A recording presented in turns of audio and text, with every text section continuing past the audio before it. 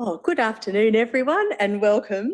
I'm the Acting Chief Medical Officer at the Peter MacCallum Cancer Centre today. My name is Sonia Fullerton, and I'd like to welcome you all today to today's Grand Round event, Children and Young People at Peter Mac. How can you respond to vulnerability? I'd like to begin today's event by acknowledging the traditional owners of the land on which we're meeting today. I'd like to acknowledge the elders, past and present. We're meeting today on the lands of the Wurundjeri people of the Kulin Nation. But I'd also like to pay my respects to any other Aboriginal people here today, and of course to the elders of the lands on which our other attendees are meeting today. So I'm glad that you can join us today. There are some of us here in person, but many other people online. And we're going to celebrate the launch of the Peter Mac Child Safe Officer Program and spend time talking about the role that Peter Mac plays in keeping children safe. It's such an important thing for all of us. I would like to thank the Youth Cancer Action advocates and also members of our consumer register. Have we got any of the advocates here today? Are you here in person? They might be online. And our consumers who've contributed to the development of the Peter Mac Child Safe Officer Program.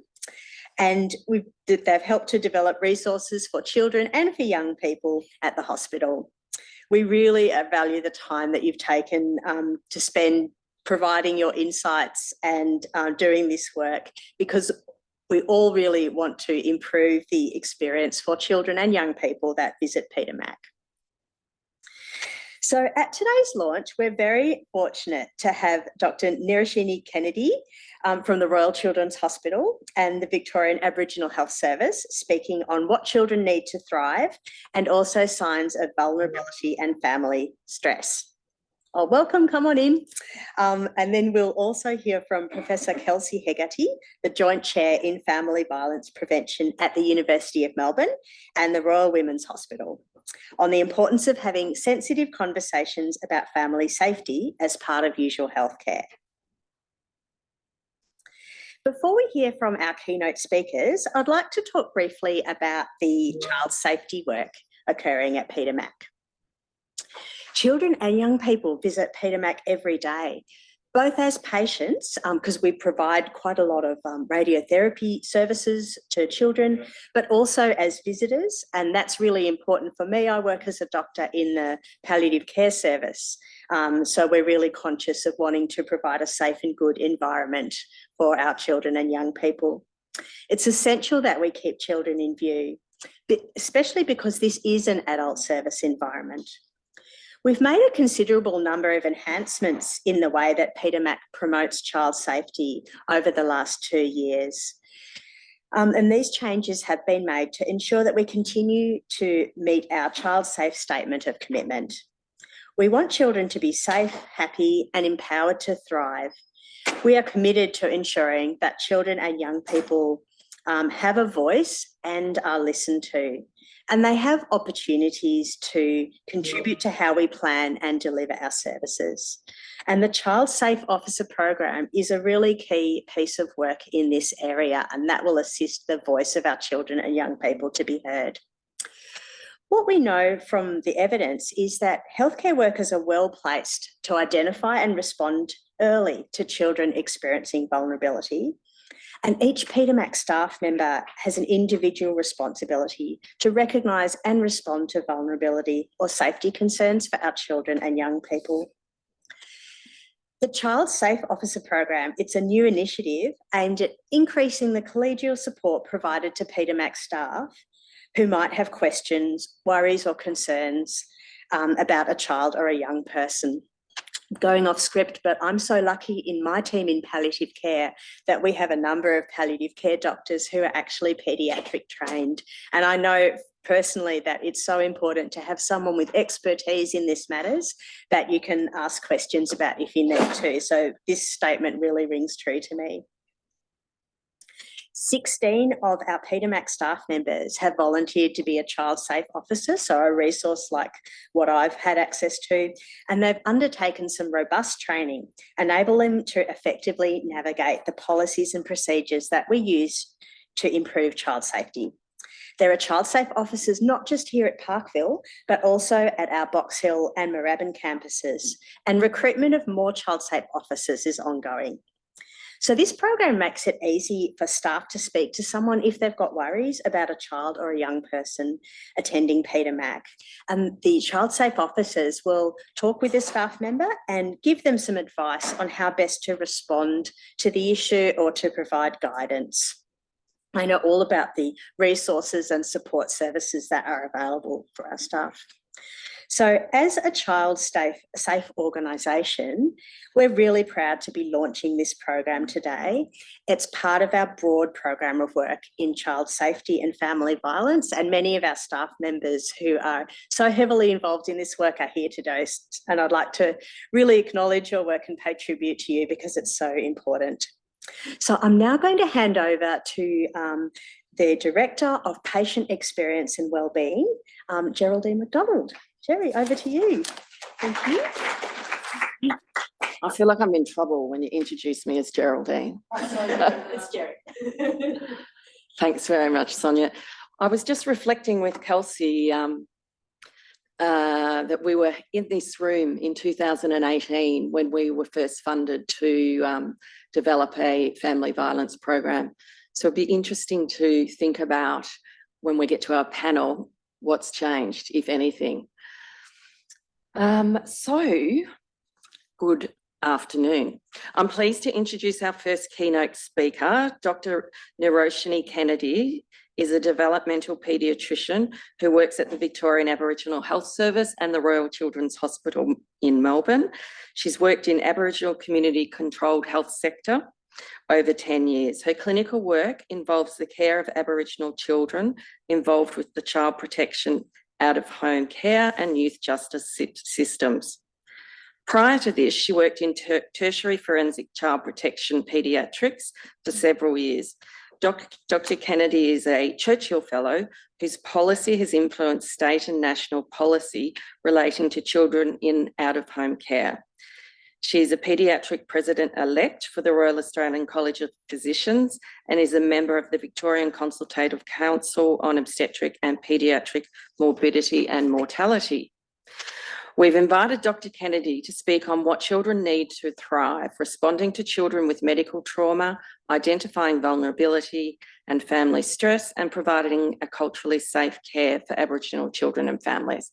Thank you, Niroshini.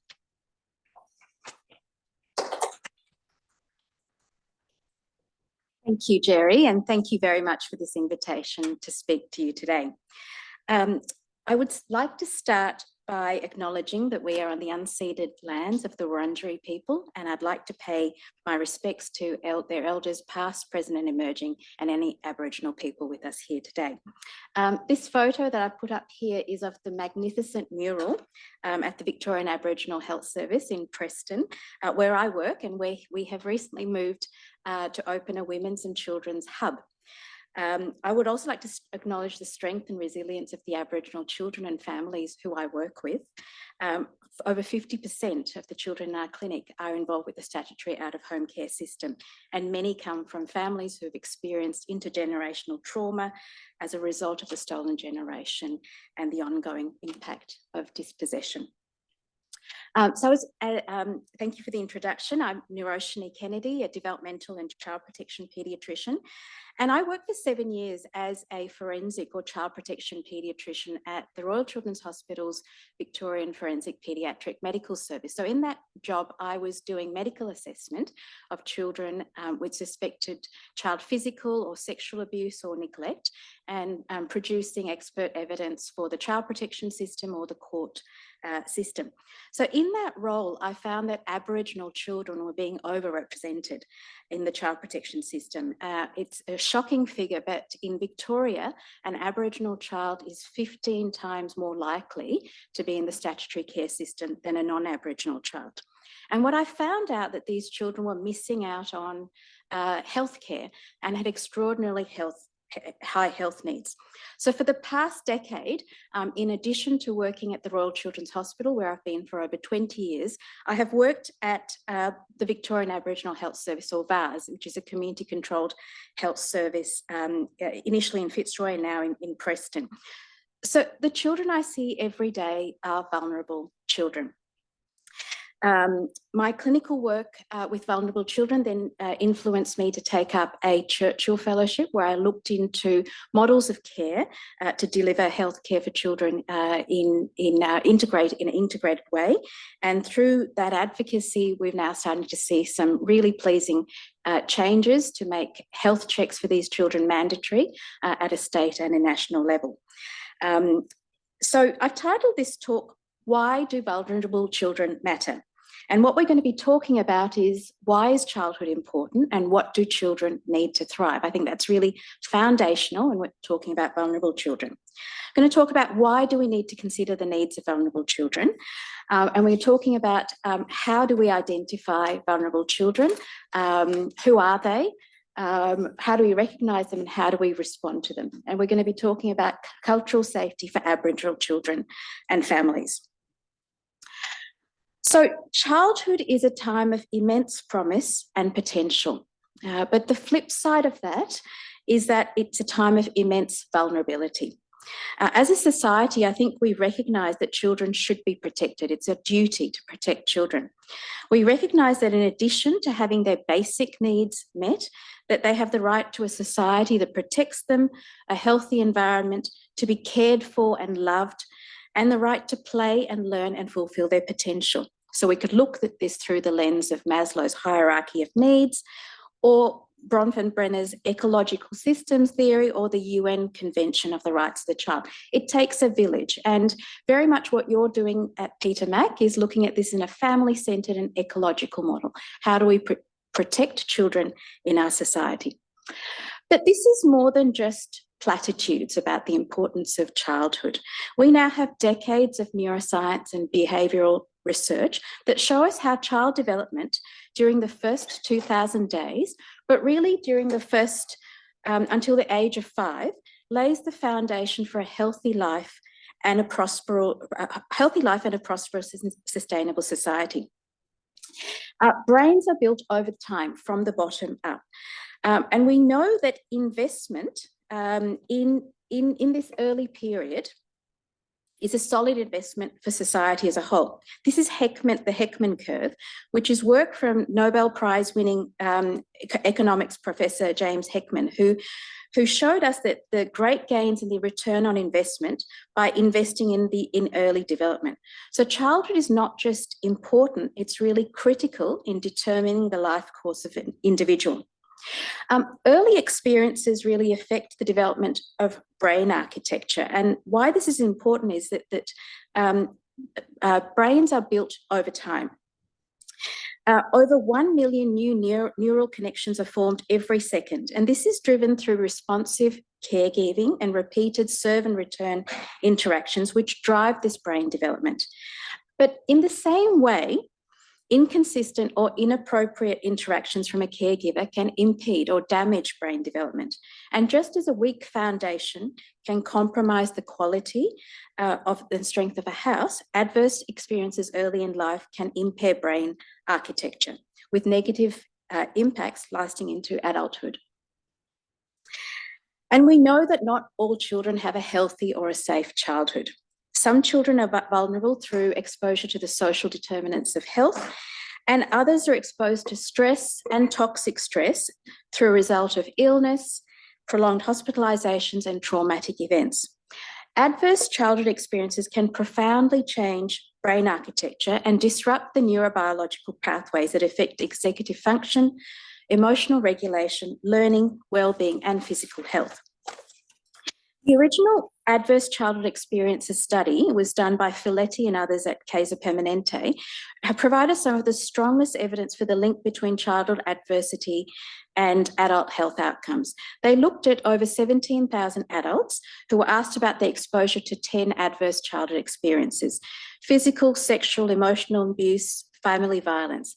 They then correlated those ACEs scores with health outcomes. And what they found was a strong correlation between ACEs and health outcomes and a dose-response relationship. And this was not just explained by health risk behaviours. What they found that if you had more than 4 ACEs, you had 5 times the rate of depression, 10 times the rate of heart disease, and 20 years reduced life expectancy. This slide looks at the population attributable risk from if we reduced the ACEs in a population. We now have Australian data from the Australian Childhood Maltreatment Study published in 2023, and that study looked at 8,500 Australian people, looking at the prevalence of physical, sexual and emotional abuse and associating that with high rates of high-risk behaviours, mental health problems and health service usage. The neurobiological pathways to childhood adversity are several, obviously through unhealthy behaviours, but also through epigenetic pathways. This is data from the Consultative Council on Obstetric and Paediatric Mortality and Morbidity, a council that I sit on, which reviews the deaths of every child in Victoria. For the last few years, we have found a consistent pattern of children who are involved with the child protection system being overrepresented in deaths from all causes. So not just deaths from child abuse, we're talking about deaths from all causes. And this slide looks at, shows there's also a clear social gradient in those causes in terms of excess deaths and excess burden of disease. In my work with Aboriginal children in out-of-home care, most have experienced adverse childhood experiences. When we audited our clinic in 2016, we found extraordinarily high rates of physical, developmental and mental health problems summarised in this slide. So why do vulnerable children matter? Well, what we have done is through this research is to identify an exposure that accounts for such a great discrepancy in health outcomes. Think about smoking and its impact on health. We'll think about trauma in that same way. Trauma is a toxin to the brain and to the body, and exposure to trauma is largely preventable. So addressing vulnerability is a public health issue. And this slide is from yesterday's newspaper, showing that there's more data now that the link between mental health problems and childhood abuse. And when we're looking at the rising rates of mental health problems in our community, we need to address the underlying causes, including early childhood trauma. So, vulnerable children are important. I think we can agree on that. But how do we identify vulnerable children and how do we recognise and respond to them? There are many reasons for a child to be vulnerable, and in our earlier discussion, we're talking about factors in early childhood, the social determinants of disease and childhood adversity. They all give us clues. But these might be children who've experienced adverse childhood experiences. They may be children who might have unwell or impaired parents or primary caregivers, children who've experienced family violence, children who have social disadvantage, inequity, marginalised groups in our community, children who have neurodevelopmental disabilities, who have illness themselves or are involved with the child protection system, out-of-home care or youth justice systems. So from talking to Peter Mac staff members, including social workers, nursing and medical staff in preparation for this talk, I've learned that at Peter Mac you have children who are patients undergoing cancer treatment, as well as the children of adult patients at the hospital. And they might be presenting with signs and symptoms of abuse and neglect or behavioural features of concern. And I know that some of these features are things that your staff members might be noticing. Children don't often or always present with obvious signs of child abuse and neglect, and sometimes we need to pick up clues from a child's behaviour. This might include a dramatic change in behaviour, a regression in development such as bedwetting or mutism, a concern about their school function, either their school attendance, school refusal or academic performance, indiscriminate affection, attention seeking, particularly with healthcare professionals, over-friendliness to strangers, stealing, binging or hoarding food, repetitive sensory seeking behaviour, or parentification, looking after their siblings in a way that is not developmentally appropriate. When children experience trauma, what's happening is their brains are forced to go from a learning brain, which is what we want children's brains to be, to a survival brain. Trauma becomes biochemically encoded in their brain, and prolonged or chronic stress causes adaptations in the regulation of neurochemicals, which means that the brain is primed and has a more sensitive stress response. And that's through cortisol and adrenaline, or the fight, flight, freeze response. So this repetitive stress activation takes what's an adaptive or life-changing response for a child that keeps them safe in an unsafe environment to one that's maladaptive. So when I'm in clinic and I'm seeing a child for the first time, and that child is being difficult, that child is being defiant, that child is being hyperactive, our clinic coordinator says, I think this is a child with ADHD. I try to step back and I try to see that adaptive survivor child whose behaviour and hypervigilance and hyperactivity has probably kept him safe in a very unsafe environment. And it's my job to take the time to prove to him that I'm a safe person, and this room where we will try to explore the factors that are going to help him heal is going to be delivered in a safe manner.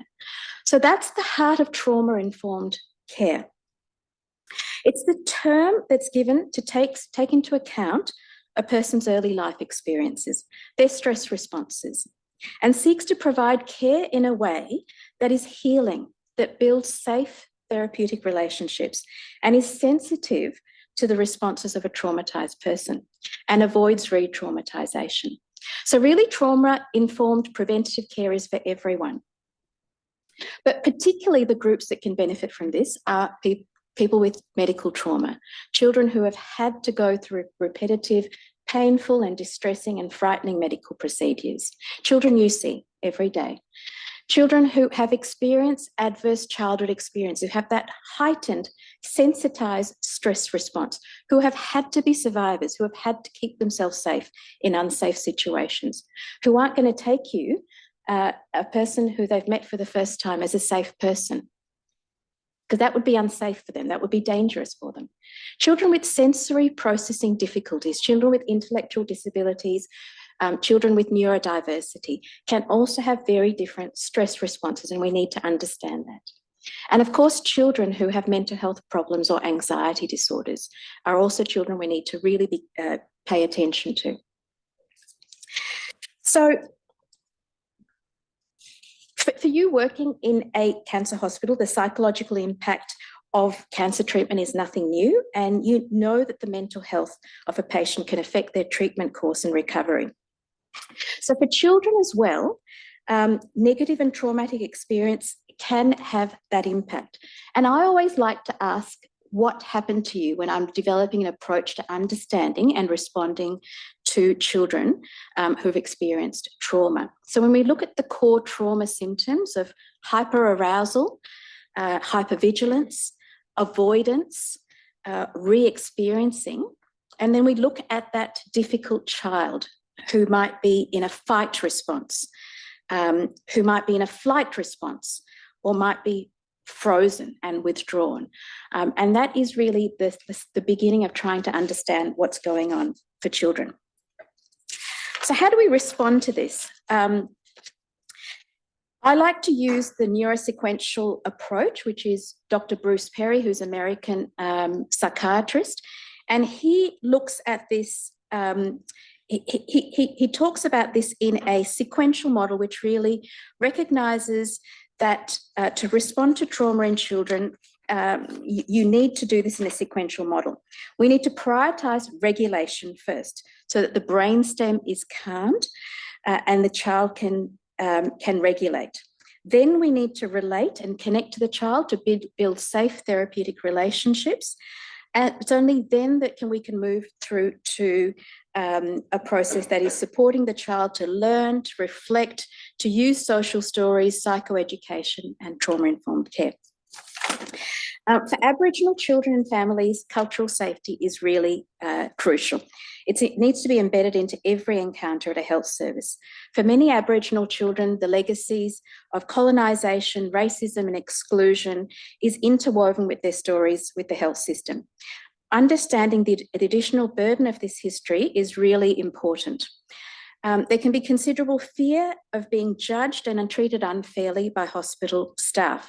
And it's important to remember the hospitals were often the site of child removals during the stolen generation. This is a slide of some quotes from a complex care, our complex care survey that talks about why children and families preferred to use bars, and really speaks to the cultural safety and relationship base that we can deliver. And for all of you working in health, if you haven't visited your local Aboriginal community-controlled health service, I'd really encourage you to visit. The Victorian Aboriginal Health Service is based just up the road in Fitzroy and has celebrated its 50th year this year, a wonderful, vibrant community hub with some wonderful staff. So child protection, and this slide is from our parenting program, which talks about culturally safe way of addressing family support. And these slides are from a teddy bear hospital that we ran on site to encourage children to come in for their regular health checks, to familiarise them with medical equipment and with medical staff. So child protection is everyone's business, and really are to be commended in thinking about how to respond to vulnerable children at Peter Mac. And thank you very much for your time.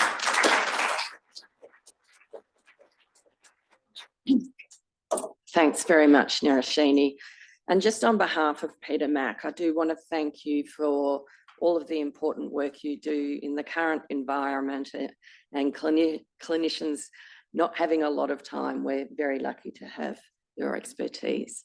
So thank you. So it's my pleasure to present our next keynote speaker, Professor Kelsey Hegarty, who leads the Safer Families Centre for Research Excellence. Kelsey also holds the Joint Chair in Family Violence Prevention at the University of Melbourne and Royal Women's Hospital. And she's told me to stop there on her bio. Yeah, there were 3 or 4 more sentences. So I begin all my talks by acknowledging the survivors in the audience for their strength and resilience, and those online as well, because it's not a problem out there, it's a problem in here and a problem in these walls. And I think it's quite interesting following on from Nero, because in fact, I'm going to narrow now to really talk about adult domestic violence. Obviously, child abuse is often included in the family violence definition.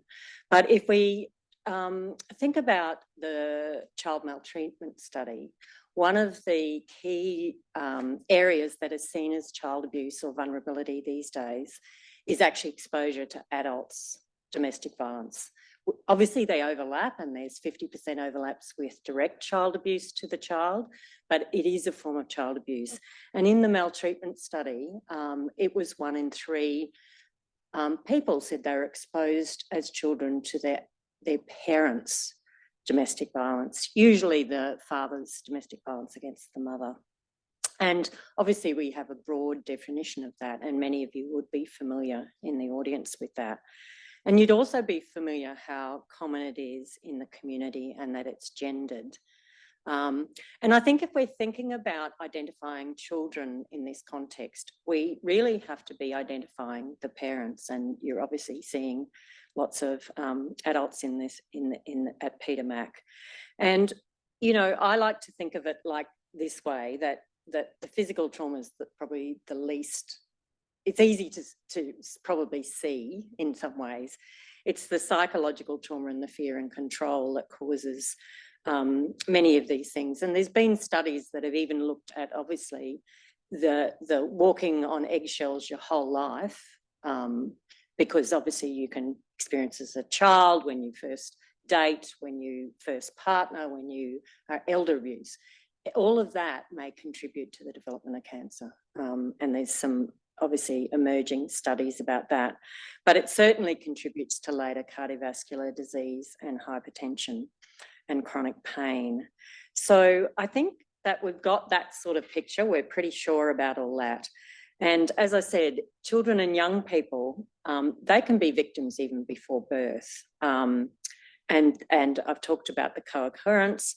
And really, if you've got children, women are more likely to access service after domestic violence end, because they're really trying to get help for their children, and dating violence is high. And Nero's already gone through many of the indicators, so I'm not going to dwell on them now. But they're all those psychosocial issues. So, if clinicians in the room are seeing these conditions. But then today is Are You Safe at Home Day today. Everybody's supposed to be asking, everybody, not really, I'm exaggerating, but Safe and Equal are putting out that there are ways, family and friends are, and work colleagues are and colleagues, not work colleagues, are the first people told about domestic and family violence, current domestic violence, and actually health practitioners are the next group. So we really all have a responsibility to be stepping up and asking. And if we do that in an empathic way, if we ask in an empathic way, people will tell us. They absolutely trust us.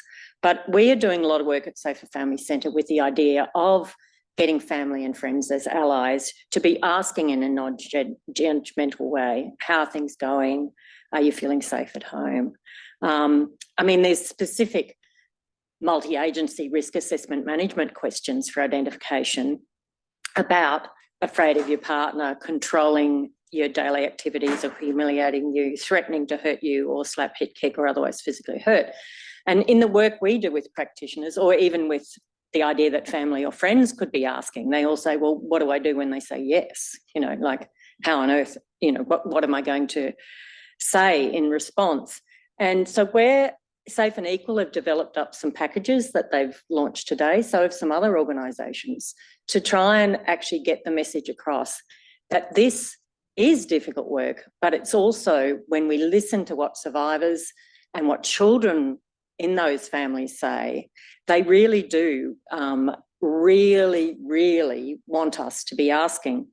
And, we know all the system issues that stop us asking, and some of us believe that, it's a private matter and we're going to cause harm by asking. Some of us feel, well, it doesn't make any difference. People just stay in the relationship or they go back to it, or the children obviously have no choice about whether they leave or not. And a lot of people think it's the social worker's job. Who's social workers in the room? Few. And it is social workers' job, but it's everybody's job, because there's not enough social workers and we need to work as teams. And obviously some people have their own experiences as well. So we all, for those who've been to family violence training, you've probably all been taught the lives training, and a version of this can be done by just about anyone, particularly for the listen, inquire and validate. Because it's not hard to listen. Well, it is hard to listen if you're distracted. Imagine when someone actually listens to you for 5 minutes. It's such a pleasure, isn't it? Yeah, but that's what survivors tell us. That's what children tell us, that if we actually are genuinely listening to them, and if we, and that's the step that we really have to do. We ask, then we have to listen. But we have to do more than listen. We have to inquire about their needs and validate whatever's going on. Some people will have had extensive experience in this area and know what to do next about enhancing safety and offering ongoing support. Others can just say, look, I haven't had extensive training in this, but I know someone who has, or I actually really want to help you to get to some help because you need the best help that you can possibly have. So, validations, statements such as this, I'll let you read some of them, but the idea that you're concerned about them and you want to help them, it's fine to say you're not exactly sure of the next step. And so this is where, I was asked to talk about having these safety conversations, but this is what we've heard from thousands of survivors in surveys and qualitative studies and in my clinical practice. And if we ask, listen, believe and validate, and even if that only takes 5 or 10 minutes, that is an amazing thing. And you do need to, say, well, what do you need now? What would work? And keeping a mother safe keeps a child safe. It really does. Because, it does, we've just heard from Nero about all the effects. And, for people who have the ability to, like as GP, I'm a GP by background, I have the ability to ask some more questions about the greater risk factors, which you can see here. And so that's really important if you're in that situation. And of course, there's information sharing across Victoria. And, so I always say, if you tell me that someone is doing something to you or your children, I may be required to talk to other services about this. We'll have a conversation about it. Information sharing is something that's vital and we need to be doing it. And finally, I'm actually going to echo Nero's point about trauma, and I call it trauma and violence informed care, because I think a lot of people think of trauma from childhood and don't think about the adult domestic violence that's happening. And I think that creating these sorts of spaces and physically safe environments and using strengths-based approach and using collaboration is essential. And one way to do that is, as a hospital and as groups and teams, is to reflect on some of these questions. How does your clinic operate? Are there easy ways to change it? Can people in waiting rooms not have to sit there for an hour, but actually can they go away and you text them and they come back? Survivors hate sitting in waiting rooms. There's just lots of little simple things. They don't cost a fortune. So if you have this trauma-informed environment, then those conversations, those asking how you're safe today is so much easier. And I think you are asking what's happening to you, but you're also saying, what do you hope for? What do you want to change? What strengths do you have that you want to move forward with? And, survivors have enormous amount of strengths. I'm going to stop there because then we've got time for the panel. Thanks. Thanks very much, Kelsey. So now we have a panel discussion. So I'd like to welcome Associate Professor Kate Thompson, the Program Director of the Victorian Adolescent and Young Adult Cancer Service and the Clinical Lead for Child Safety at Peter Mac. Dr. Jennifer Shard, a Radiation Oncologist at Peter Mac. Dr. Niroshina Kennedy, and Kelsey up to the panel, please. So if you have any questions for the panel, put your hand up. Natasha's here. She's going around with the microphone. And for those of you who are joining online, you can submit your question using the link above, and we'll be monitoring that.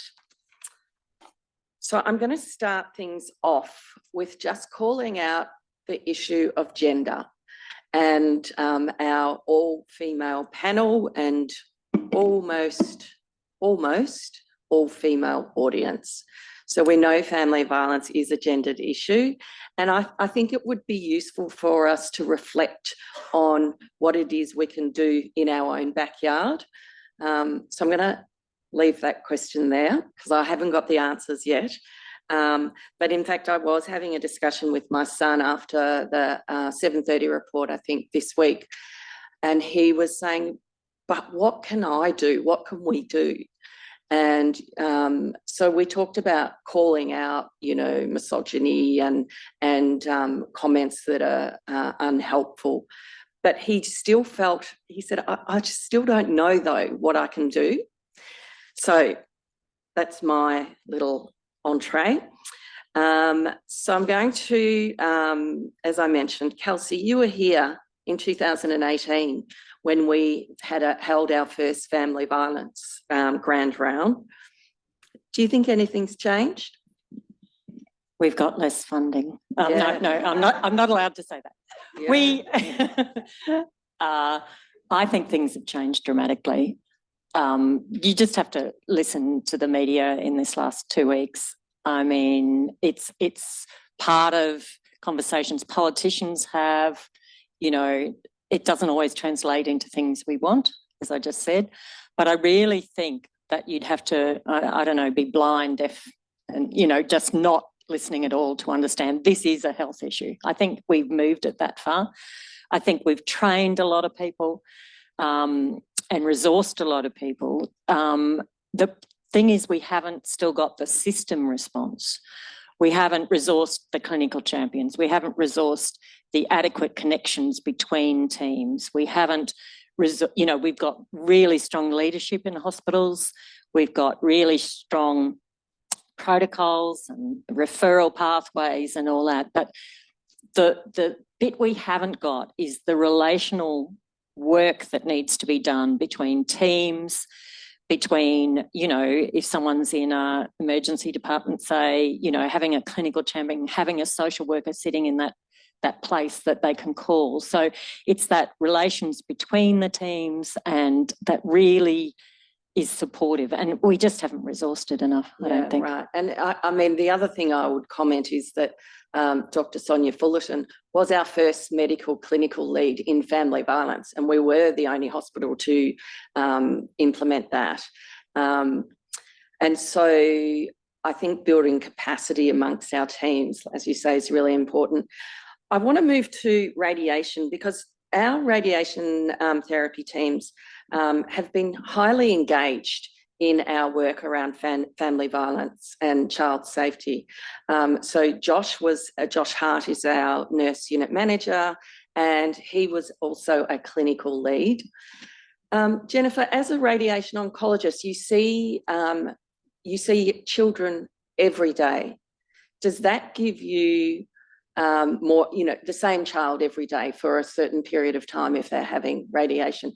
Do you think that gives you more of an opportunity to observe and consider responses to child safety? Definitely. Yeah. Is the answer, the short answer to that one. I think I often, so for those who don't know, all the children in Victoria and Tasmania come here for their radiation therapy treatment if they need it, which is unique in Australia that there's such a central hub. So this is the biggest treater of children with radiation therapy services in Australia.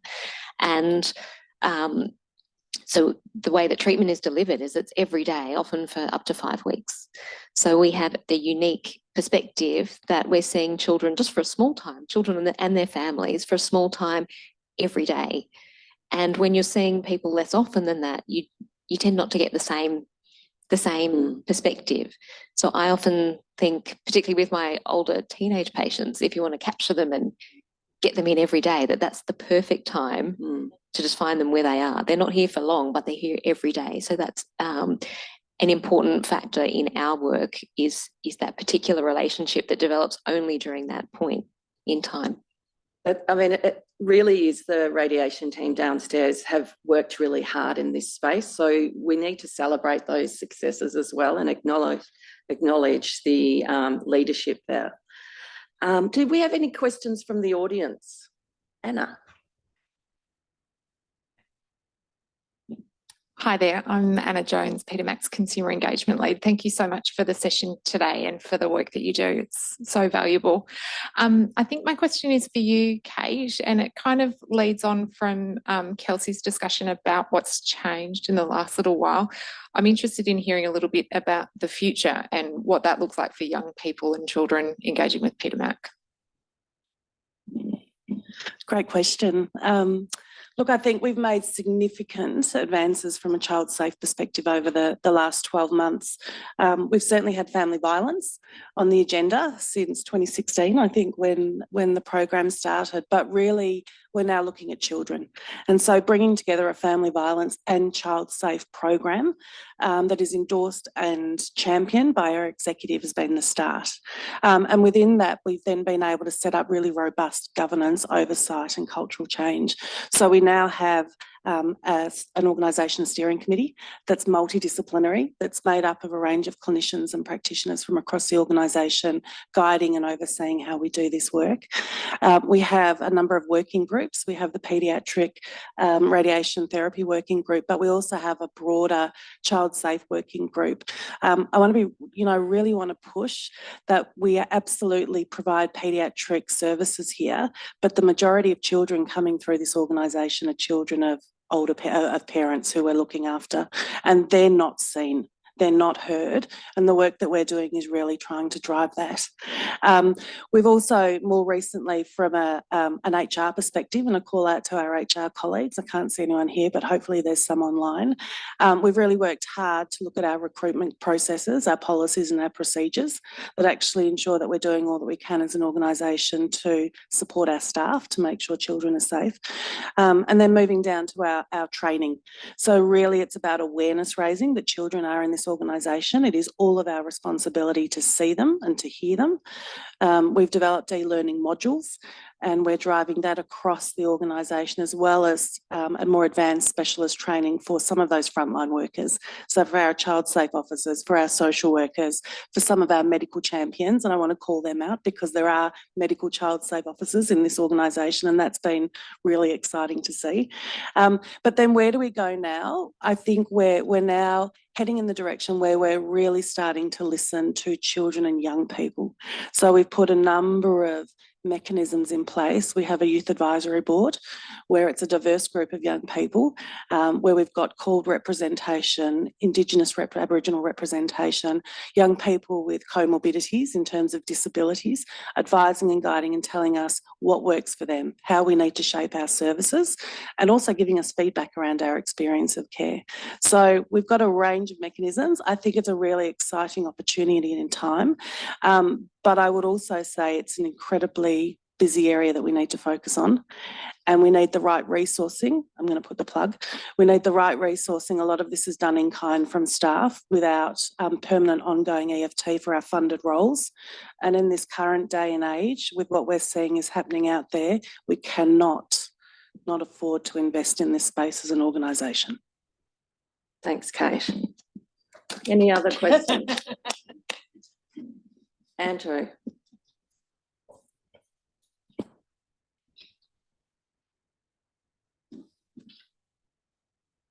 Hi, my name is Andrew, exercise and adolescent young cancer service.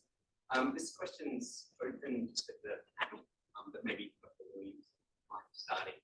So when we're working with pediatric patients, how can we make sure that they can be themselves, but also be in a situation where they feel safe? Thank you for your question. Look, I think it is remarkable that a mostly adult hospital is actually even asking these questions. I just want to congratulate all of you and obviously your leadership for taking this stance. I think you need to start by looking at child-friendly spaces, if that is important. So having waiting rooms, family spaces that children and family are going to be comfortable with. I think it's also really important to make sure that there are safe relationships for, I imagine the journey of a cancer patient through this hospital is a complex one. You probably have to deal with multiple staff members, multiple physical spaces you have to move through. And the idea of care coordinators, case managers, patient navigators is so important. So if you think about relationship-based care and the importance of safe relationships for children with their primary caregivers, that's important in a health system as well. So that idea of knowing who your safe people are. So having some sort of patient navigation program is really important. And I think, Jerry, that is something that is part of your work. Certainly having that foundation of a child-safe organisation, and you just mapped out exactly what that is really important as well. And then having that extra lens for the young people that I mentioned in terms of people who might have experienced medical trauma, or children who have come from backgrounds where they have experienced adverse childhood experiences, have that sensitised stress response, children with neurodevelopmental disabilities, or children with mental health problems. Having a way to really take some extra time to analyse what those children need. So a process before they come in for a medical procedure, to have a process to say, let me understand you. What is this child's triggers? What are their calming rituals? What do they like doing? So you can build an approach if you know a little bit about that child. And what that might mean, and I'm thinking about a young girl who I've worked with for a number of years. I'm going to call her Sharon because her name is not Sharon. She is a young person who was born prematurely, spent 3 months of her early life in hospital, had every complication of prematurity, had cerebral palsy, needed extended sort of admissions under the orthopaedic unit, but was also in out-of-home care. She had about 20 placements and had quite significant mental health problems. We worked with her to develop some rituals around when she came to hospital. She visited places when she didn't have an appointment. She brought her possum skin with her. She had a plan for a reward to go and get a treat afterwards, and she had set people who she knew were going to be part of her care team. It wasn't just the registrar in orthopaedics, it was her doctor. So there's some things to that I think would help. Yeah.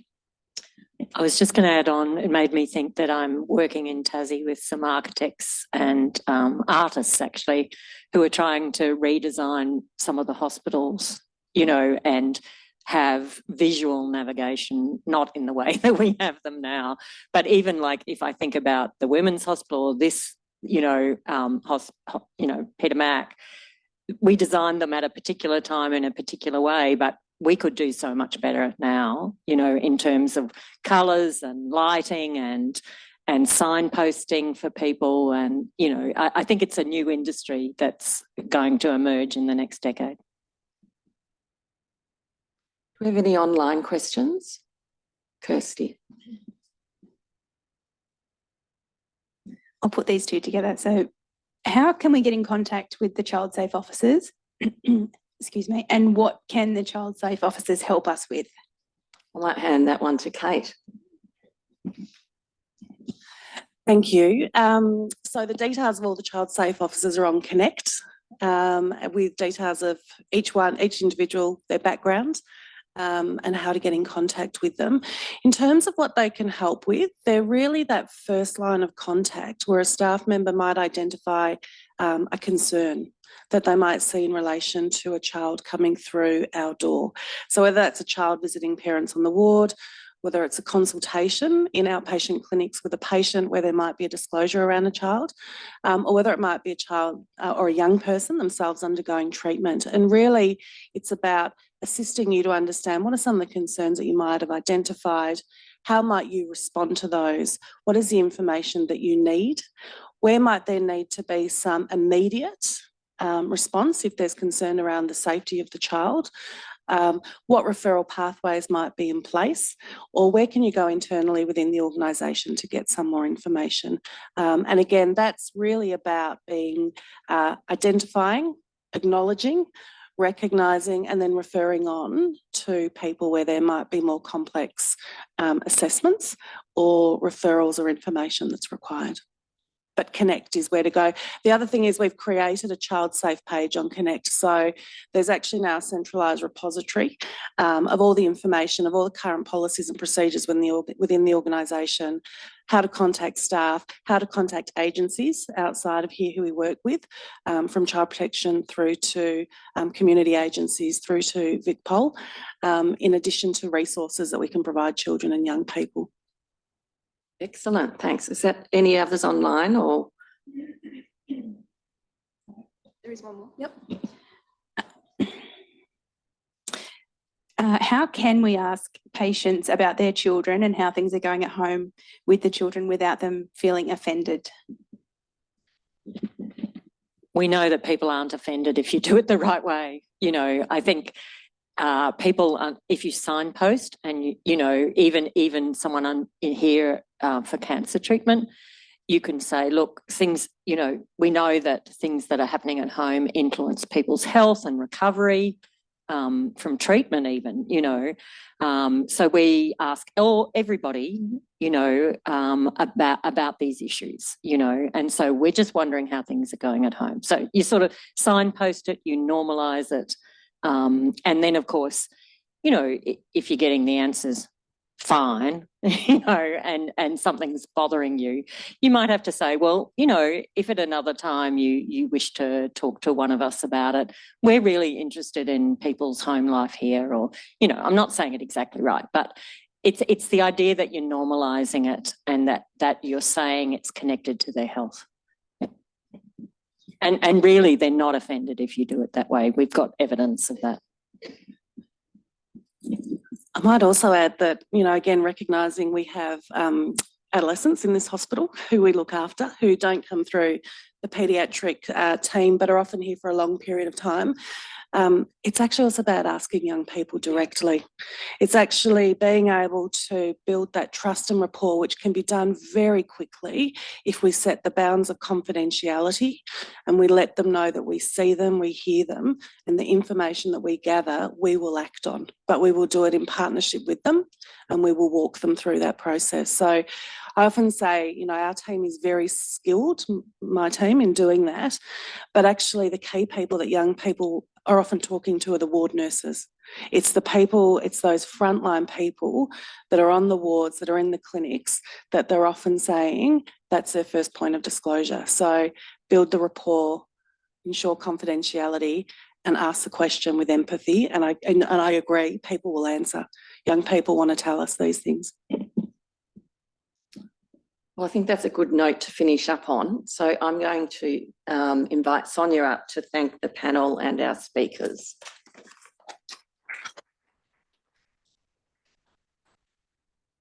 Thank you so much, everyone.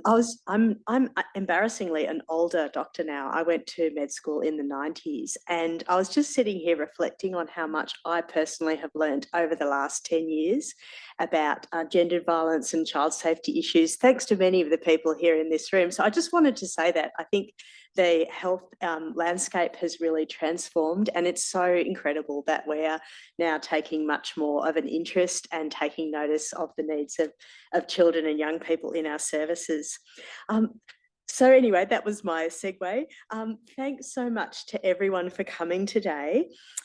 It's really great that you all gave up the time to come today. I want to especially mention Natasha and Kirsty. Thank you so much for putting on this event. And thank you to our marvellous panel, Niroshni and Kelsey, for generously giving your time to speak to us. And I, again, learned so much from your talks. Thank you so much. And our panel members, Jennifer and Kate, thank you so much. And we hope to see you again soon. And I now certainly feel much more confident in knowing where I can go when these issues pop up in my daily practice. So thank you very much.